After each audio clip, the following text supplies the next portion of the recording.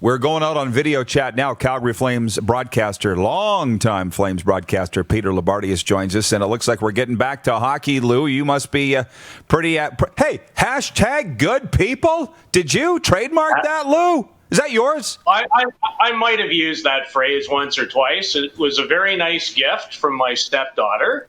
And when I think about your show, I think about good people. So today, for the first time, visually, I decided what better place to unveil the Good People shirt than on your show.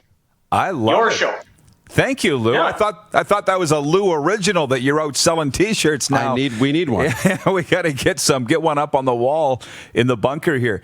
How is life, Lou? It's good. It's really good. I have absolutely no complaints. Some excitement this week, at least to begin with, as far as things starting to come back a little bit more normal with Gary Bettman and Bill Daly, and the big announcement the other day to at least put a plan into place. I think there's a long way to go, and I don't want to poo-poo it, but there's lots of steps left before a puck actually drops, but you can't get to that place without having a great place to start. So exciting. Lots of different opinions on how they've arrived at it, where it's going to go. And if indeed hockey in the NHL does return at some point this summer, I am maybe as fascinated to watch and see what happens as at any other time of my existence. An absolute boon for Hockey Night in Canada and Sportsnet, 6 of 7 Canadian teams in the playoff dance. Would you please break down the Flames-Jets first-round matchup, if you don't mind? To be honest, Roddy, I haven't spent a whole lot of time thinking about it, but as simple as I can possibly be,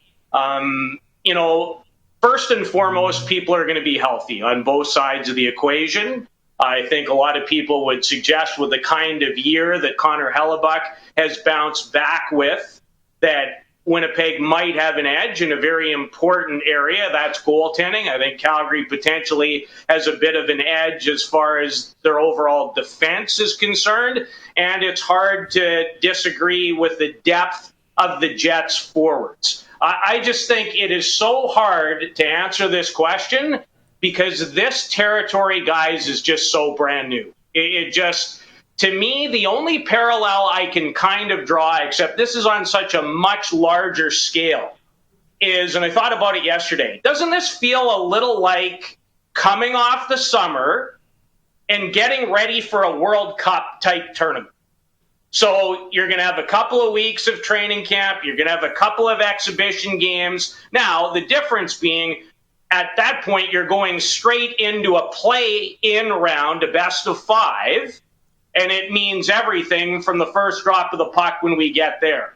But it is so hard, I think, under these situations to handicap, because I truly believe how hard you work and get yourself ready between now, that camp, and your commitment and will to win, maybe more than ever before, I think is going to be the great determining factor. So that may not be the exact breakdown others might give you or that you guys were looking for. But what I love about this is it tests everyone. And remember that in the playoffs, players also don't get paid. Now, they're saying all the right things as they should be, unlike maybe another sport, about playing, continuing to grow the business, do it for all the right reasons. But these playoffs are going to be fascinating, because if ever there was a time for people to decide, hey, I want to play and I want to win, and will and your work, I think, are going to be great determining factors to success. I love the analysis, but when you talk about World Cups and Canada Cups, it's cool because they do come off the golf course into the rink and whoop, they're into, right, 100%, right, and the team that I guess adjusts first wins. And here's one for you, Lou. You talk about the conditioning and stuff. There's a saying in football, and I don't think hockey is a whole lot different. Older players get hurt The hamstrings, the muscle pulls, the joint issues show up for older players. Younger players don't have that issue, but they make a lot of mistakes, and that's why the sweet spot. Chris Jones is one guy that explained this all to me. Is in your late 20s. You're not too old. You're not too young. So to our point of what's it going to take to win the Stanley Cup in this tournament, based on the other 100, is what do you? I know you maybe haven't spent a lot of time thinking about it. We've been talking about it a lot. Older team going to have the edge? Younger team? What do you think? What do I think?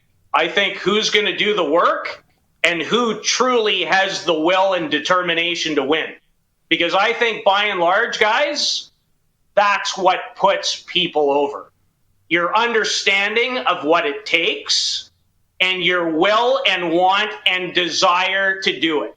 And I think that's going to be tested this time more than ever, because guess what? After you've been away from whatever you do for a certain amount of time, it's hard to jump back in. It's hard when you don't have an end date to maybe do the same kind of work. You haven't been able to skate the way you normally would. Guys have been off the blades for longer than they would have wanted. Who is going to care and have the will and do the work? That, to me, really is going to determine a lot. And listen, in sports, not everybody knows how to do those things. People who know how to win are special. It does not come by accident. So, I don't know what's going to happen in any of these series. I don't think any of us do. Think about a guy like Jonathan Toews right now. Think like somebody just handed the Chicago Blackhawks captain a massive life raft. They just let this guy into the party. Now, does he know anything about winning? Yeah, I think that resume is pretty good. And there's a lot of resumes that are really, really good. I absolutely can't wait, if indeed it does happen, to see it, because you're going to find out a lot about who cares, how invested they are, and what it takes. And here's the other thing I'm excited about. So if you think about it, guys, along these terms. So generally, what do we do every year? They play 82. We're all fired up for the first round. And in a lot of cases, the first two rounds are the best. And then it turns into really survival of the fittest. It's a marathon. But this time, I think it goes in reverse. It's not going to be as crisp. Teams aren't going to have the same kind of team game early. But when and if they get to the conference finals and the final, because you don't have the same kind of wear and tear to get there, we might be in for some of the greatest NHL playoff hockey that's ever been played. Okay, Lou, so you just ripped the curtain back and set it for what it is. And that is who wants it more. So it's not going to be any different than any other Stanley Cup in terms of who's got the most heart. And a lot of times, who's the reigning Stanley Cup champion? You need that talent.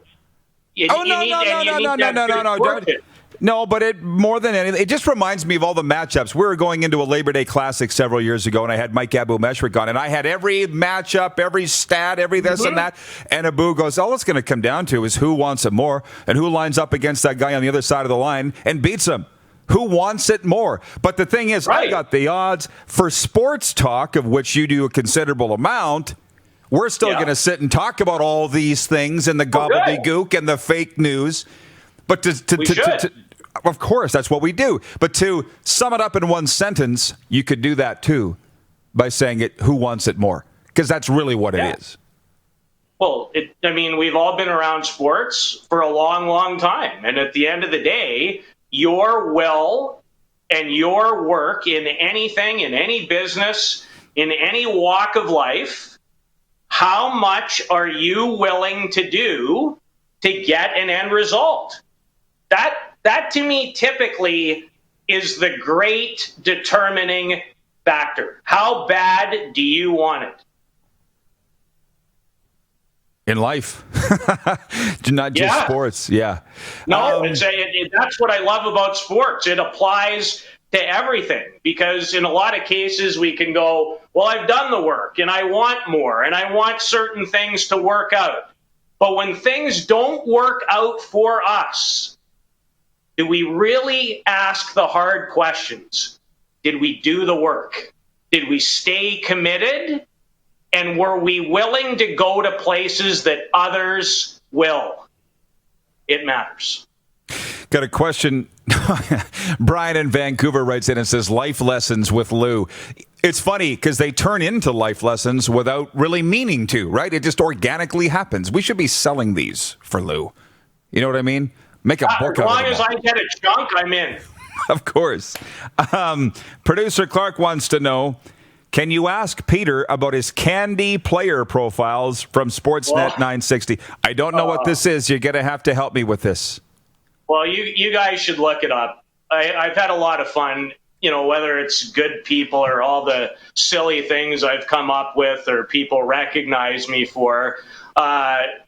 Dean Boomer Malberg and the morning show decided, because as part of the Fan 960 morning show during COVID, they've had different brackets, meaning they decided they had a 32-round bracket to decide what the best snacks were, the best potato chips. And right now in Calgary, they're on the candy bracket. So they decided they were going to write 20 different candy profiles and have me, in my own way, voice the candy profiles. And people seem to be having a pretty good time with them. Maybe Clark can find a couple of them online. I don't know if they're up there, and at some point you guys could have some fun with them. But that's the best explanation that 35 going on 36 years in the business. What a legacy. Voicing candy profiles. Wine gums. A colorful candy that touches your heart and soul. It's immediately just cleansing to your palate. It's something that you need and that you want. Hot tamales. They pack a punch immediately. Oh, yeah. Lou, who'd have thought that this is what we would be doing in 2020? Yeah. Sir, this has been fantastic. I appreciate it. Here's hoping we're talking sooner than later. Be well, stay safe, and as always, I appreciate the time. Anytime, guys. Love coming on, and like the shirt, you guys, good people. Be well. You too, Lou. Thank you. You're watching Rod Pedersen On Demand. For more of The Rod Pedersen Show, visit rodpedersen.com or follow Rod Pedersen on social media.